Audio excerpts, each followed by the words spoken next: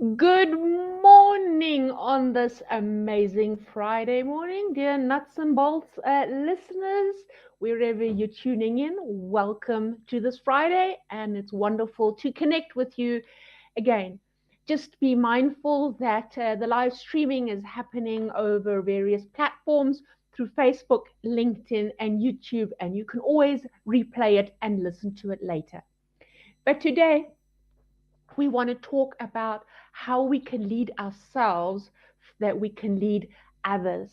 And I think it's a very topical question because we often lead others or want to lead others and forget ourselves in the process. Many years ago, I went to visit the Temple of Apollo in Delphi, Greece. And right over the top of it, it says, and engraved in marble, the words are written, know thyself. And I'm sure those are words you've heard before many times. But what does that actually mean? However, just standing in front of this temple of Apollo, one isn't just in this tranquil, amazing setting where you just see this temple where everything is cast out in marble, and you are just in awe of many things. Firstly, the tranquility and the silence of the space, which really encourages one to just sit down, reflect, and think and start becoming quieter and stiller. So the environment there is just so amazing.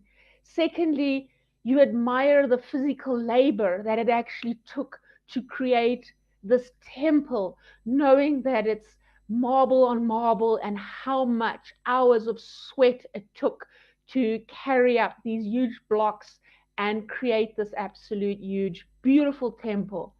And the third one is also the engineering behind it. I mean, we're talking many years ago, and just alone the how these engineers put this all together. But coming back to the famous words of know thyself, which is really what it's all about to self today. How can you lead others if you don't know if how to lead yourself? And I guess the question is, what does it mean to know thyself? And if you've ever done any leadership training or engaged in any leadership development, most of them actually start with getting to know yourself. So the real magic is understanding what your own strengths are, your weaknesses, what makes you tick, what works for you. So really getting to understand that and learning to work with that. So knowing this is what I'm really great at, this is not what I'm great at, and so it goes. So the more one does this deep dive inside oneself, and also learns to grow and develop oneself, the better one can lead others. So when it comes to know thyself, you are no different than that piece of marble that was put in that temple of Apollo. In the beginning, it was just a rough stone that was carved out, had all its rough edges, and maybe just looked a little bit unattractive. But as it was worked on and filed away and carved away, this piece of marble slate became beautiful, unique, and really just stunning. And if you stand in front of a piece of marble, you'll actually see all the different characteristics in it, the lines in it, the light on it, and that they all are different. Some of them have got chips on them, some of them have got cracks on them, but it doesn't make them imperfect. So you are a piece of marble that the more you know yourself and work on yourself, the more you can be an inspiration towards others, especially now in this current world. And it doesn't really matter if we're talking leadership in a business component or in a team component, or even if in your own life. Leadership starts with walking your talk. So, really leading yourself.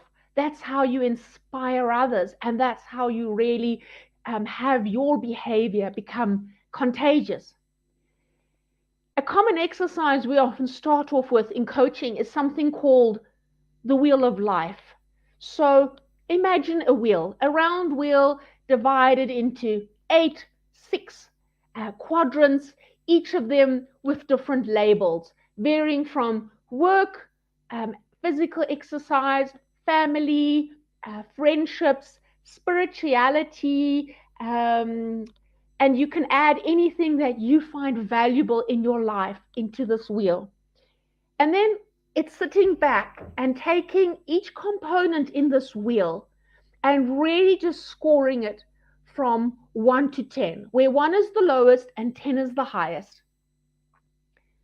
And being honest with yourself and saying, so from a level of 1 to 10, um, how well do I lead in my work environment? And it might be most probably maybe an 8, a 7, or a 9. Then looking at your physical health, how much do you really exercise or nutritionally eat healthy or sleep enough and so on. So it's really working through each component and giving it a score. Then it's really drawing or joining the dots between the different items in that wheel. And it's very unlikely that your wheel in the different components is quite balanced.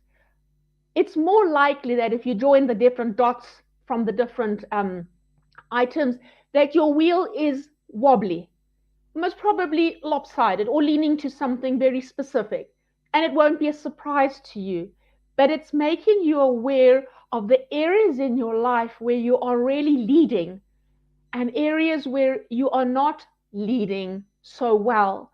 And the magic is to say, how can I get this wheel as balanced as I possibly can? Because you are not able to lead others if you are not leading all items of your life. And I know it's a big ask, but if you want to inspire others, if you want to be a role model, then it's really working on this. And do it for yourself. Don't do it for anybody else. So let's look at 5 ways that you can start to lead yourself or improve leading in your life. And I've created this little infographic. So let's just quickly pop that in there and let's talk about this. So 5 tips of self leadership are really thinking. And here the question is, what is your self talk? What is the language you use when you talk to yourself? So let's be honest, we all know we do talk to ourselves either actually quite loud or like virtually, or it's mentally happening in our head. But most of the times we apply very negative and harsh words to ourselves. We very seldom use gentle or kind words. We use those for others, but when it comes to ourselves, we're not very self-compassionate or self-loving towards ourselves. The challenge is that our talk impacts our actions and our emotions, and those are mirrored back to others through your body language and sometimes just through your entire aura, if I can actually say it that way. So it's really considering how you talk to yourself and start to notice that and start adjusting the language. The question I have that I want to leave you with when it comes to managing your thinking is, would you talk to somebody else like this? And if the answer is no, then amend your language. The second one is about managing your emotions. Again, we often ask others how they are feeling or how they are doing. But how often do you check in with yourself? Like really check in with yourself to see, how am I feeling today? What are the emotions I have? What's really happening for me? What emotions are coming up for me? And how can I work through them not trying to suppress them, but really just having them surface and learning to manage them is key to leadership, not to suppress them. Knowing that emotions are the language of your body. So, what is your body telling you? So, those are very two critical ones to perhaps start off with when leading yourself. The third one is about managing your energy. We often think we are working machines. We can just power through without taking many breaks or little breaks. We literally this engine that keeps on stumping and going on and going on, and there is just no off button. We have this idealistic dream that we can just do it, but we can't. Our bodies, our minds, our whole nature is not made to literally be working like working machines. We are human beings.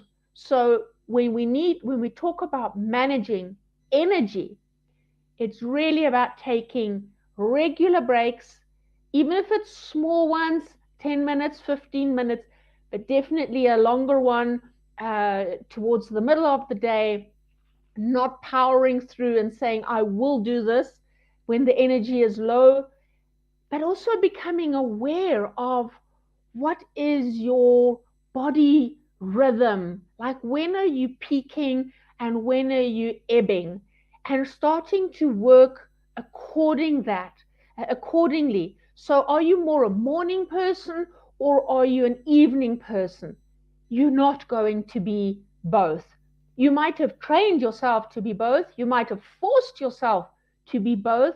But realistically, when is your energy the highest? When are things effortlessly for you and easy to work on? When is your mind the sharpest and the alertest?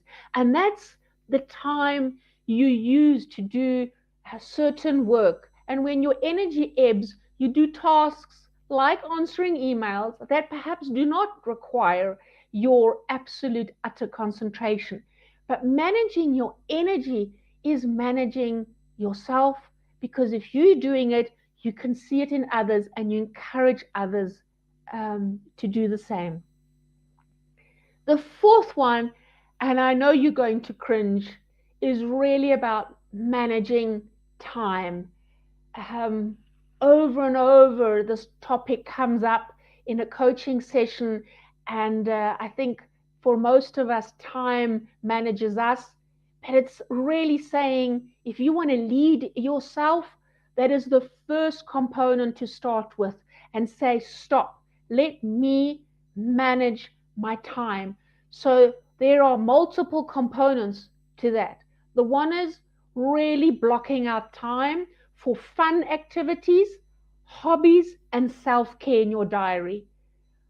Most of us we don't block those out in our diary, and we always say, we'll do it later. When this is finished, I'll do it.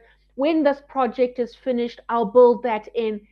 And the reality is, it won't happen until you've blocked out that time. So you do need to block out time for those fun activities, that hobbies, and that self care. Because when you're going back to that wheel that you designed for yourself earlier, I'm quite sure those items are scored the lowest for you. Specifically, when it comes to self care, it's more often to take a few moments. It doesn't have to be a long time, it can be as short as half an hour, 45 minutes, to really start to give yourself permission to do nothing, to actually just to sit back, to savor a cup of coffee or tea or whatever you enjoy drinking, and to sit there and to daydream, to reflect and to introspect, because that helps, that machine that we spoke about earlier, that helps to replenish energy.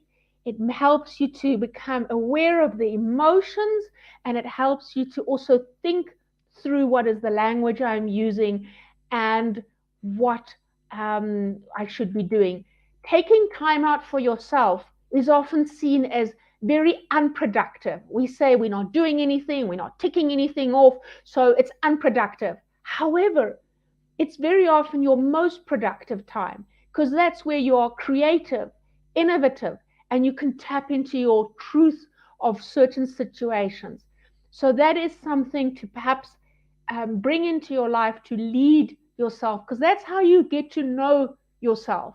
Like I said, when I stood at that temple of Apollo, the first thing that was inspiring and really became so evident for me was this tranquil setting where you can just feel this whole body of yours, your mind, and your whole physique just going and just breathing in that. And it just feels good. We need to find this temple of Apollo in our daily lives. Half an hour, 20 minutes of just, a lot of people do it through meditation, but that's not necessarily what you have to do if you don't want to. Sometimes it's just sitting very quietly and doing it. And then the fifth tip that I want to leave you with to lead yourself on self leadership is, and it sounds funny, is to learn to sleep over it. We very quickly say yes to things. We're very reactive when it comes to saying decisions quickly. We make decisions in an instant. We do it instantaneously, and we sometimes sit back and then think, "Oh, maybe I committed too fast to something, and maybe I should have not said yes to that." So before we say yes to something, say always no to it first. And you don't have to say it out loud or immediately to the person, but just buy yourself some time and go, may I give you an answer tomorrow on this? Because if you sleep over it, you allow your head and your heart to work through it and really to be sure, is this something I want to do?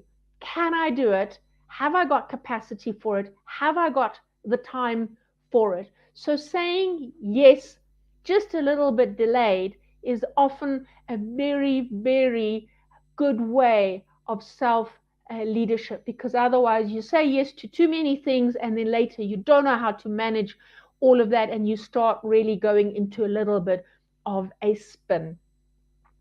So percolate those decisions and give it some time. So, ladies and gentlemen, I hope that was helpful for you, but start with one of these items. Don't try all 5 of them at the same time, because it is really about leading self, and self mastery takes time, focused energy, and so forth and so on.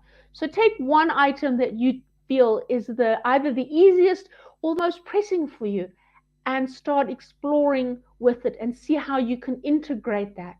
Look at your wheel and decide, are you actually happy what I'm seeing here? And if not, which is one component I want to start working on specifically? So, ladies and gentlemen, thank you so much for your time, for tuning in again. And I look forward to connecting with you next week. And if all goes well, I think we'll have a guest speaker, but I can't promise. Otherwise, I'll whip up another interesting topic for us. Or why don't you drop us a line on our social media channels and tell us of a topic that you would be interested in? And I'll be gladly or honored to cover it for you.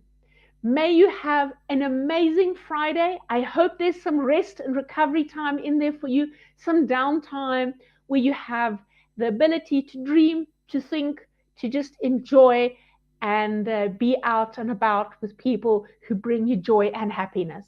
Have an amazing weekend and take good care. Goodbye.